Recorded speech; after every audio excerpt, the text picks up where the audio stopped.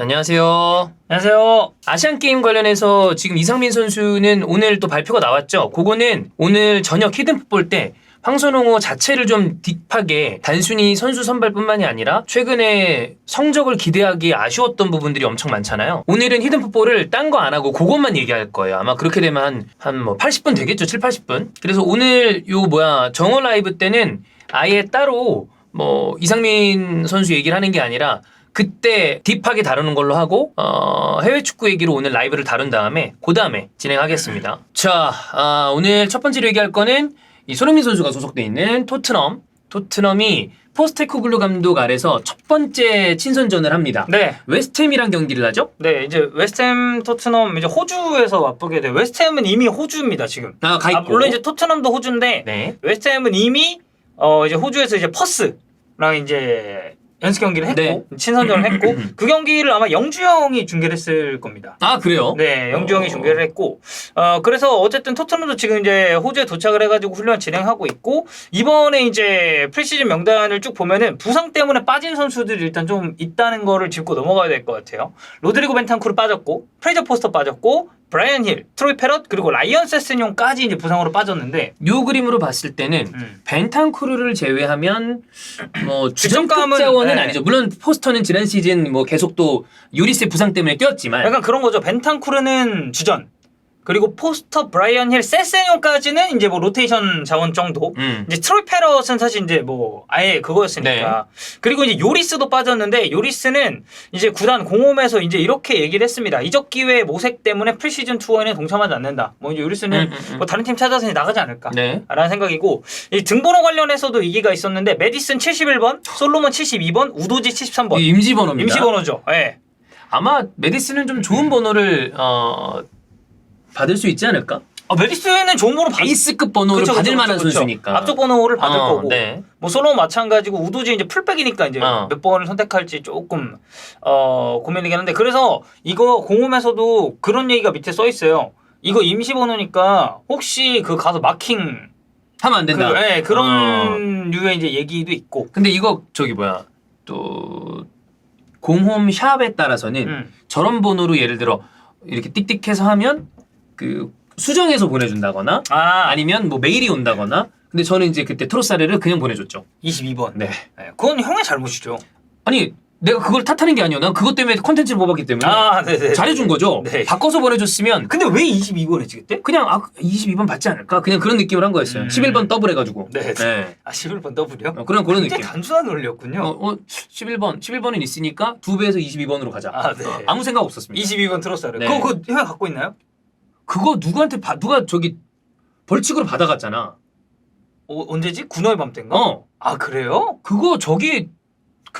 이수가 가져갔어. 그래요? 네. 이수. 좋은 거 가져갔네. 그래. 네. 네. 그래서 나중에 어쨌든 생각해보면 22번은 또 권창훈 선수 번호기도 하기 때문에. 그래서 그때 그 얘기도 했어. 그래요? 이거 또 제가 좋아하는 번호라고. 그냥 억지로 끼워 맞춰서 가져갔네요. 그러면.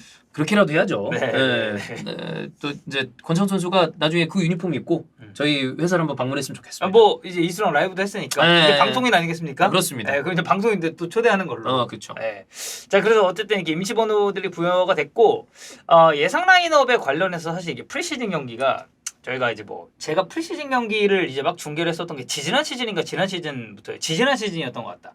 근데 프리시즌은 진짜 어려운 게 그러니까 우리도 PD들이랑 소통을 할 거 아니에요. 그러면 이제 예상 라인업이나 이런 거를 우리가 어쨌든 예측을 좀 해줘야 이쪽에서도 CG를 만들고 뭘 하고 할 거 아니야. CG가 중요하지. 프리시즌은 쉽지 않아요. 일단 임시 번호 있고 그 다음에 생판 처음 보는 유망주들 나오고. 진짜 이게 리스트 이렇게 쭉 보잖아요. 진짜 그 팀 팬 아니면 모르는 유망주. 특히 심지어 팬들도 가끔 공홈에 사진이 등록이 안 돼 있는 유망주들이 있어. 맞아요. 그러면 뭐야 이거 이렇게 된단 말이야. 그래서 이게 보면은 맨유, 첼시, 우리가 지금 얘기하는 토트넘 이런 팀들은 그래도 우리가 많이 접하고 얘기가 많이 돌기 때문에 그런 유망주들의 이야기도 한 번씩 들어요. 듣지. 그래서 근데 진짜 이제 예를 들어서 토트넘의 상대 오늘 웨스트햄. 그러니까 웨스트햄은 사실 그렇게 언급이 많이 되는 팀은 아니잖아요. 이런 팀 유망주는 진짜 처음 들어보는 선수들 많습니다. 쉽지 않아요. 그래서 어쨌든 이 포스테코글루 체제 하에서의 이 토트넘이 훈련 세션 관련해가지고 SNS에 되게 글이 많이 올라왔어요. 토트넘 관련 계정 그리고 이제 팬들이 또 직접 이제 호주 거기서 찍은 뭐 그런 사진들. 그래서 두 팀으로 나눠서 이제 훈련 세션을 진행했다고 하는데 아마 포스테코글루 감독 특유의 그 4-3-3 체제로 나설 가능성은 꽤 높아 보입니다. 팀이 어떻게 나눠졌냐면 첫 번째 팀 아마 이쪽이 주전조인 것 같아요. 골키퍼 비카리오, 우측에 포로, 로메로 탕강가가 센터백 조합이고 좌측에 포로 로메로면 주전조에 가깝네. 바로 요것만 봐도. 네 그리고 좌측에 레길론. 네. 근데 중원 조합이 비수마 메디슨 은돔이고 은돔은 모르겠지만 비수마 메디슨 주전조에 가까운 또 조합 중에 하나고. 그리고 최전방이 쿨케손이에요. 아 그럼 주전이네요. 네, 이쪽이 네. 이제 주전조라고 봐야 될 것 같고 그리고 이제 그 다음 상대 팀은 오스틴 골키퍼 그리고 우측에 에메르송, 산체스, 벤데이비스가 센터백 조합이고 왼쪽에 우도지. 예. 그리고 스킵, 호이비에르, 알피 디바인이 중원 디바인. 조합. 최전방이 솔로몬, 히샬리송 그리고 페리시치. 야 그래도 디바인 정도면 우리가 눈에 익은 애야. 알피 디바인은 저 정도만 돼도 눈에 익은 애야. 그리고 우도지야 뭐 이제 지난 시즌에 예. 우디네스에서 좋았고. 그래서 어제 이 두 팀으로 나눠졌는데 말씀드렸듯이 아마 이제 첫 번째 조로 프리시즌 첫 경기를 치르지 않을까. 근데 이런 경우는 그것도 있습니다. 전후반 아예 바꿔버리는 경우. 근데 1팀 전반, 2팀 후반. 왜냐면 내가 작년에 아스날 중계할 때 그랬었고. 그렇게 해야 다 보잖아. 음. 포스텍 입장에서는 본인이 전술도 새로 입히고 새로운 선수들을 진짜 경기에서 선을 보이려면 진짜 다 봐야 돼요. 네, 그래서 이거 보면은 저는 이제 첫 번째 조를 두고 조금 얘기를 하고 싶은 건 이 중원 조합. 저 세 명이 나온다는 건 결국 비수마가 아래로 좀 내려와서 삼선 포지션을 잡고 메디슨 은돔이라는 얘기거든요. 근데 이러면 비수마에게 가해질 이 수비 부담이 굉장히 크다. 좀 그럴 수 있죠. 왜냐면 메디슨은 어쨌든 박스 타격에 장점이 있는 선수이다 보니까 위쪽으로 올라갈 테고. 그리고 수비 가담에 대해서 되게 적극적인 타입이냐라고 묻는다면 기본 셋은 공격이죠. 뭐 어쨌든 활동 폭은 넓게 가져갈 수 있겠지만. 근데 은돔? 사실 나폴리에서 뭐 간혹 번뜩이는 거 있었지만 여전히 수비 가담 안 하는 거는 고쳐지지 않았습니다. 은돔벨레는 주원이 형만 좋아해요? 주원이 형은 은돔벨레를 좋아해요? 네. 그래서 제가 형한테 얘기했잖아요. 형은 기본적으로 하자 있는 선수들을 좋아한다. 형이 하자가 있어서 그러냐. 까지 그때 후바. 맞는 것 같다고 그랬어요. 아니 그런 선수들한테 정이 간대. 그래서 우리 FM 할 때 은돔벨레를 진짜 영입하려고 했죠. 진짜야. 진짜로 좋아해. 나는 그냥 순수 어그로 용도로 영입하려고 하는 건 줄 알았어. 그 하자형 미드필더. 네, 하자형 미드필더. 네. 그래서 아마 이렇게 되면 이제 비수마가 받을 이 수비 부담을 어떻게 좀 해결하느냐. 그래서 포스테코글루 감독의 선택이 좀 중요하고 이 첫 경기에서 이제 확인해야 되는 게 몇 가지 있죠. 일단 첫 번째, 지난 시즌 토트넘은 백스리입니다. 네. 물론 이제 메이슨 체제로 돌아오면서 이제 백포에 대한 부분, 그러면서 이제 사실 벤데이비스가 이제 스토퍼에서는 괜찮다가 이제 백포로 돌아오면서 다시 이제 폼이 좀 이상해지는 그런 것도 있었지만.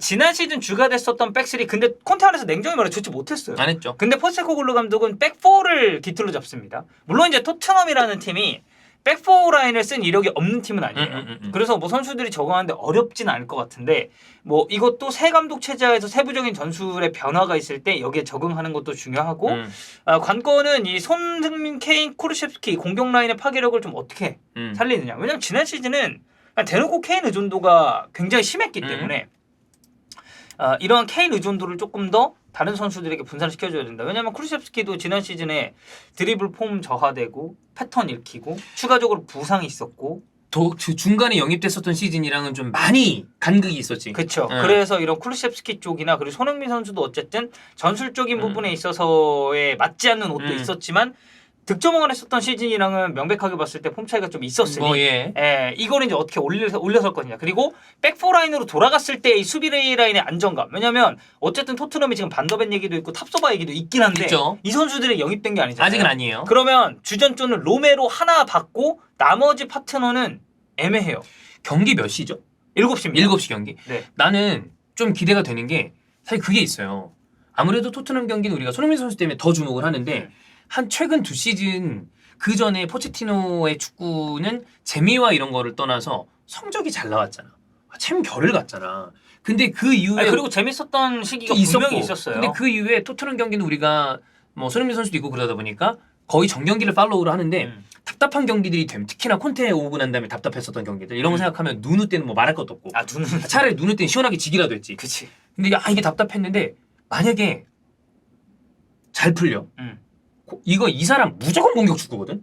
요카마 때도 그랬잖아. 아니 뭐 그리고 호주 때나 뭐 셀틱은 뭐 탑독이니까. 그러면 공격 축구 할 거고 그리고 이번에 뭐 여러 가지 얘기를 저도 이렇게 들어보니까 생각보다 손흥민 선수가 살장으로 고생을 많이 했죠. 제법 한 것 같더라고. 네네네. 이게 뭐 그런 얘기를 꽤 하더라고요. 근데 그런 거 감안하면 공격 축구하고 손흥민이 살아난다고 그러면 다음 시즌 토트넘 경기 보는 게 또 흥미로워지죠. 재밌죠. 우리 재밌죠. 재밌죠. 왜냐면 네. 어제 이제 히프에서도 얘기했지만 올 시즌 손흥민 선수를 포함 뭐 케인도 마찬가지겠으나 유럽 대항전에서 손흥민 선수를 못 본다는 게 좀 아쉽습니다. 그건 좀 아쉽죠. 국내 팬들 입장에서는 많이 아쉽죠. 근데 다만 리그에 집중하면서 컨디션을 조절하면서 쭉 경기를 잘한다면 나는 그것 또한 괜찮다고 봐요. 네, 그래서 뭐 이제 이런 부분을 좀 확인을 해야 될 것 같고, 일단 전술적인 부분을 간략하게만 보면은 어쨌든 이 감독은 압박 그리고 간격 유지 여기에 형이 얘기했었던 공격적인 축구를 지향하는 감독이기 때문에 이 지난 시즌의 토트넘이 사실 라인 간격 유지도 굉장히 어려움을 많이 겪었었고 압박 스탠스가 전방부터 타이트하지 못해 그러니까 일관성이 좀 없었다라는 문제가 있었는데 이 포스테코글루 감독은 이런 부분을 굉장히 중요시하는 감독이기 때문에 토트넘이 겪고 있었던 문제를 좀 어떤 식으로 해결을 하려고 할지 그리고 결국 이 포스테코글루 감독의 전술이 조금 더 원활하게 돌아가려면 측면에서 연계 플레이가 얼마나 살아날지도 관건입니다. 풀백 그리고 미드필더 이거는 뭐 이제 조금 더 공격적인 롤이 될 수도 있겠고 수비적인 롤이 될 수도 있겠죠. 그리고 윙포워드 간의 스위칭, 패싱 플레이 그리고 이를 통한 하프 스페이스 공략 이런 부분을 포스테코글루 감독이 중점적으로 맡아왔었던 팀에서 구축을 했었기 때문에